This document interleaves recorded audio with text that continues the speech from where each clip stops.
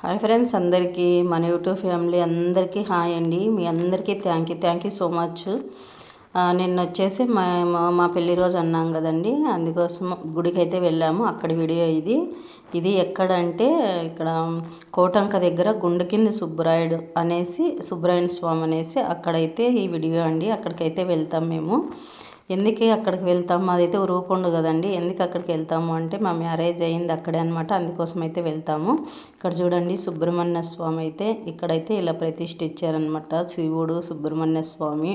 ఇక్కడ వచ్చేసి మా సార్ చూడండి అక్కడ నిలబడాడు. ఇక్కడైతే నంది అండి, చాలా పెద్దగా ఉంది. కానీ నంది ఇట్లా ఫోటో అయితే తీసుకున్న వీడియో అయితే కొద్దిగా మీకు చూపిద్దామనేసి. చాలా చాలా బాగుంటుందండి అక్కడ.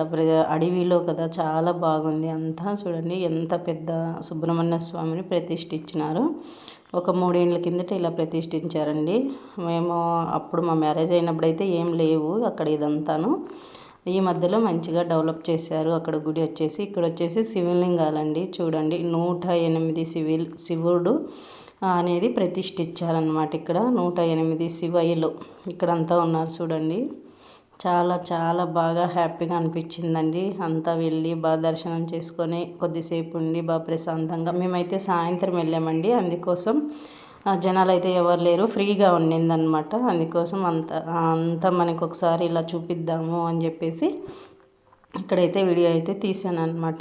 ఇలా చూడండి 108 శివయ్యలు అన్నమాట. ఇక్కడ చాలా చాలా బాగా ప్రశాంతంగా హ్యాపీగా అనిపించింది. అలా దేవస్థలాలకు వెళితే ప్రశాంతంగా అనిపిస్తుంది కదండి. మనం ఎన్ని సమస్యలు ఉన్నా ఎన్ని ఉన్నా కూడా అన్నీ మర్చిపోయి కొంతసేపు అయినా మనసు ప్రశాంతంగా అనిపిస్తుంది. అందుకోసమే కదా మనం గుడికి అయితే వెళ్తూ ఉంటాము.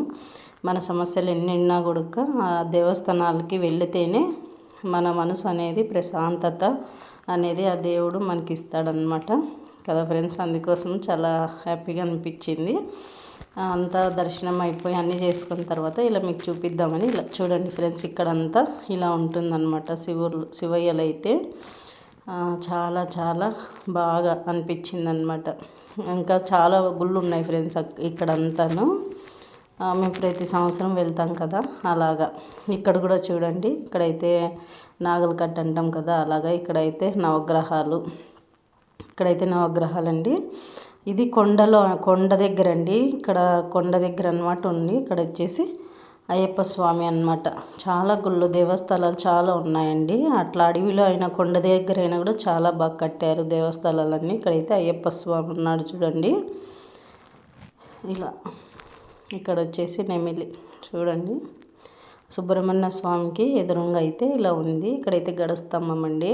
ఇక్కడ గడస్తంభానికి పూజ చేసుకొని ఇక్కడ అంతా చేసుకున్న తర్వాత వీడియో అయితే తీస్తున్నాం అన్నమాట. ఇక్కడ చూడండి, ఇక్కడైతే సుబ్రహ్మణ్య స్వామి గుడి లోపలికి పోయే దగ్గర ఇక్కడ గడస్తంభం అయితే ఉందన్నమాట. అలాగే ఇక్కడ నంది చూడండి. ఇక్కడ వచ్చేసి శివుడు అనమాట.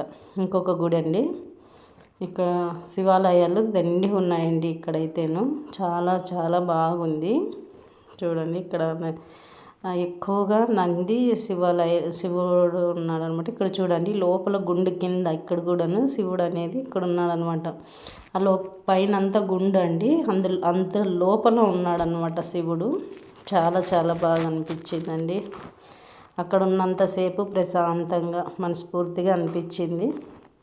అలాగే మీరు కూడా కొంతమంది చూడుకోకుండా ఉంటే చూస్తారు కదా అని ఇలా అయితే తీసాము.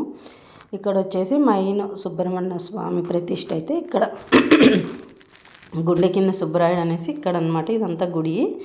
ఇక్కడ చూడండి ఇదంతా హాలు. ఇంకా వేరే వాళ్ళు కూడా వచ్చారండి, అక్కడైతే కూర్చున్నారు.